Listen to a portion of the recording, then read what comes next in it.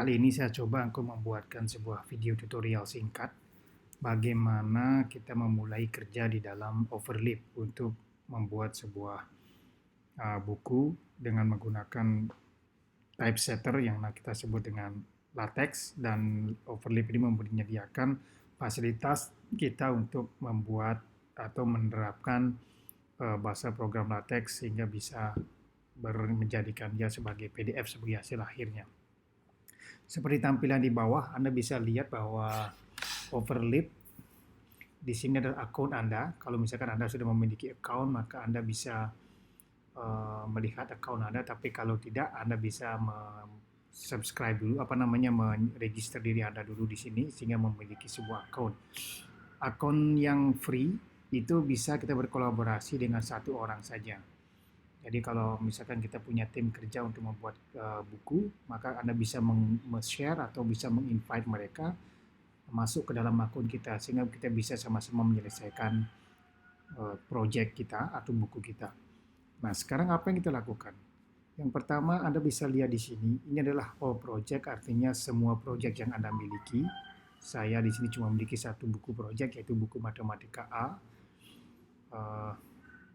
Di mana dalam buku Matematika ini Anda bisa lakukan adalah Anda bisa mengcopy, tentu saja Anda bisa mendownload dari project ini kalau misalkan sudah selesai atau ingin Anda kirim ke orang lain, diarsipkan supaya tidak hilang atau kita delete kalau memang tidak perlu lagi. Kemudian ada di sini new project. Apa new project? Kalau kita ingin membuat sebuah project baru, misalkan membuat buku baru atau membuat dokumen baru. Di dalam dokumen new project ini kalau kita klik, maka ada banyak hal. Pertama, blank project, artinya Anda hanya diberikan sebuah kertas kosong yang Anda ingin setting sendiri. Ya, untuk orang-orang yang sudah misalkan mahir dengan latex dan bisa menyeting latex, maka Anda bisa bekerja dengan ini, dengan blank project, sehingga Anda mendapatkan buku sesuai keinginan Anda. Tapi kalau tidak, Anda bisa juga menggunakan template.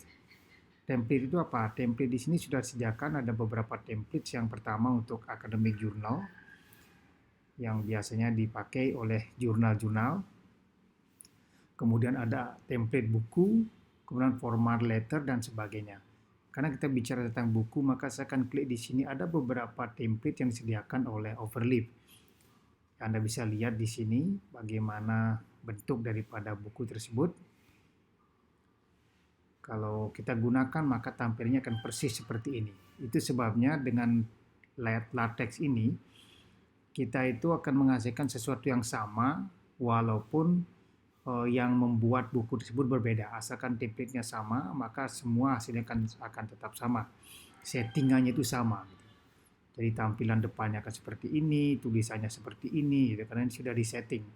Sehingga kita tidak perlu berpikir banyak tentang layout atau tampilan akhir daripada buku karena sudah dibuat. Tapi kalau Anda ingin merancang sebuah sebuah buku dengan settingan baru, silahkan Anda gunakan blank project, kemudian setting semuanya. Saya misalkan contohkan di sini yang misalkan menarik bukunya adalah yang mana, mungkin gambarnya ya. Ini sudah bisa kita lihat ada covernya, ini nggak ada covernya, ini covernya cuma tulisan saja, generic textbook cover dan sebagainya. Kalau misalkan kita lihat, klik di sini, oke, sini di thesis template ada Kultum, oke, coba kita klik di sini. Maka kalau kita lihat di sini tampilannya adalah seperti ini. Kita view PDF-nya. Oke, jadi Anda bisa melihat tampilan bukunya adalah seperti ini. Chapter 1, layoutnya seperti ini, besar tulisannya sama, kemudian ada note dan sebagainya. Itu pun kalau kita setting ya.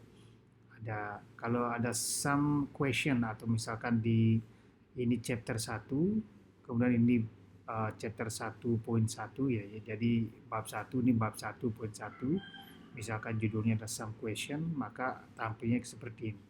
Setiap Anda menuliskan sebuah rumus, maka rumusnya akan diberikan penomoran, yaitu 1.1 mungkin sesuai dengan titik di mana bab tersebut ada, atau ini adalah bab 1 yang pada huruf satu, pada equation 1. Kemudian di sini macam-macam. Nah, tampilan header footernya Anda bisa lihat. Kalau Anda tertarik dengan buku ini, Anda bisa gunakan buku ini.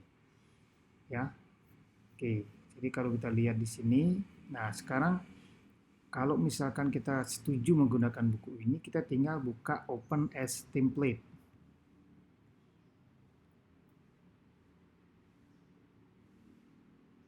Oke, jadi ini adalah semua settingan daripada buku tersebut untuk menghasilkan tampilan seperti di kanan ini.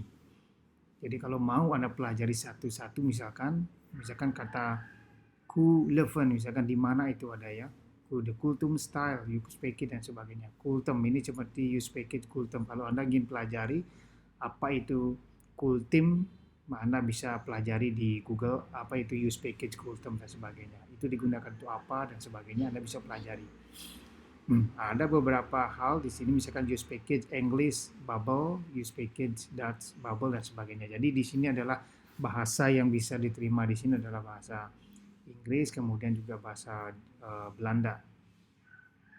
Use package dan sebagainya, accessibility. Kalau Anda ingin belajar di sini silakan.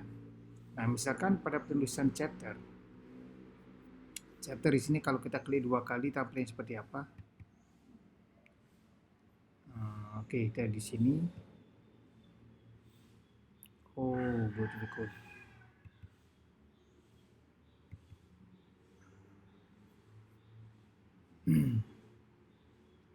Oke, chapter 1.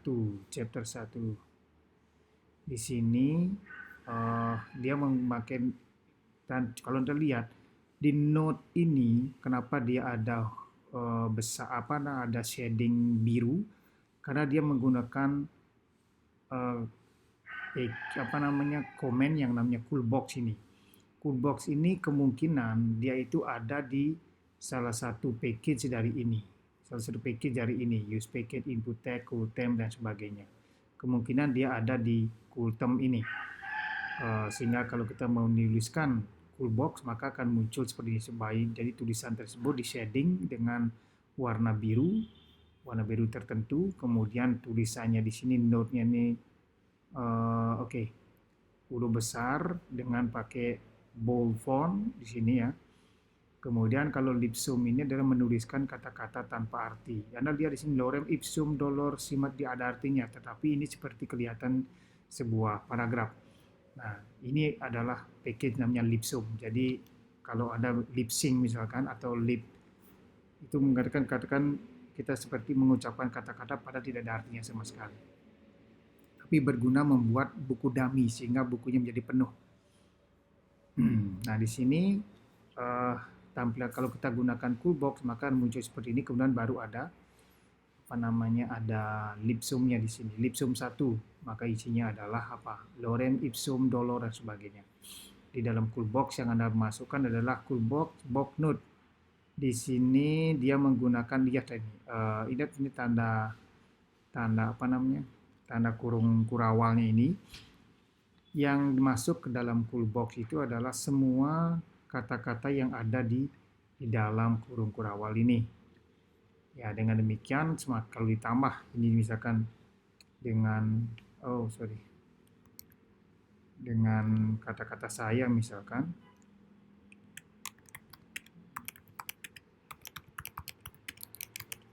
maka kalau kita compile, maka yang awalnya tadi berakhir dengan notation, seharusnya sekarang berawal pada kata saja.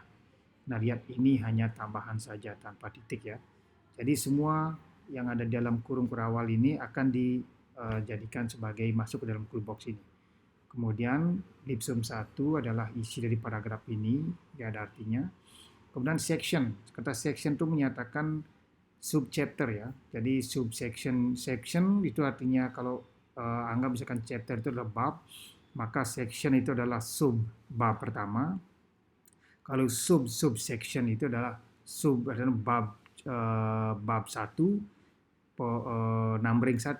Jadi kalau semakin banyak subsection, berarti di sini kalau ini adalah subsection 1, maka kalau subsection adalah 1.1.1. Kita akan cobakan nanti di sini. Semoga di sini ada yang cucet. Ini juga while figure ini adalah section juga. Semoga di sini ada yang tidak ada. Coba kita tambahkan dengan subsection ya. Subsection di sini lipsum sudah ada sampai di mana terakhir. Oke, sampai jatuh 2 lipsum. Oke, kita akan tambahkan di sini dengan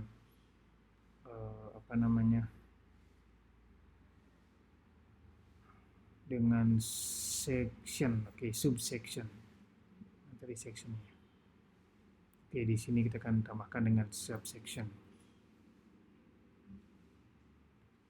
Kita akan tambahkan di sini dengan subsection. Subsection, misalkan di some question, some more question. Misalkan biar sama aja bahasa Inggris. Kemudian saya akan gunakan di sini lipsum 1. Oke. Kemudian saya akan tambahkan di sini subsection. Misalkan adalah more and more question. Kemudian di sini saya gunakan lipsum 1. Artinya cuma 1 paragraf ya. Oke, sekarang kita coba recompile jadinya seperti apa.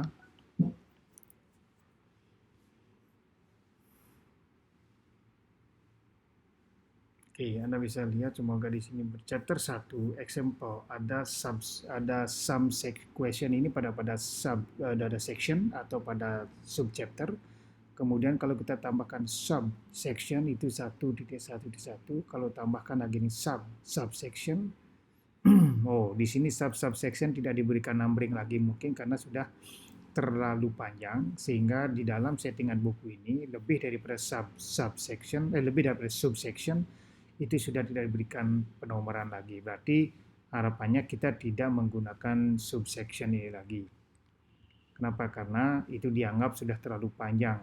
Mungkin akan dikelompokkan menjadi pembahasan yang lain gitu. Oke, kita lihat berarti some more question, kemudian more question harus berubah menjadi 1.1.2. Oke, jadi kita lihat di sini ya perubahan yang terjadi di dalam buku ini. Nah, begitu kira-kira apa yang bisa kita lakukan pertama kali kalau kita ingin membuat sebuah buku. Yang saya contohkan di sini adalah membuat sebuah buku dengan menggunakan template. Itu lebih mudah dan menurut kesukaan kita saja. Kalau kita ingin bukunya berbunga-bunga, silakan pilih yang sesuai template-nya, tapi karena ini matematika, saya pikir template seperti ini sudah sangat menarik, berwarna, tetapi dia wujudnya formal. Oke, sedemikian dulu. Kalau misalkan ada pertanyaan, boleh ditanyakan di dalam grup atau di dalam OASU. Oke, selamat pagi adik-adik.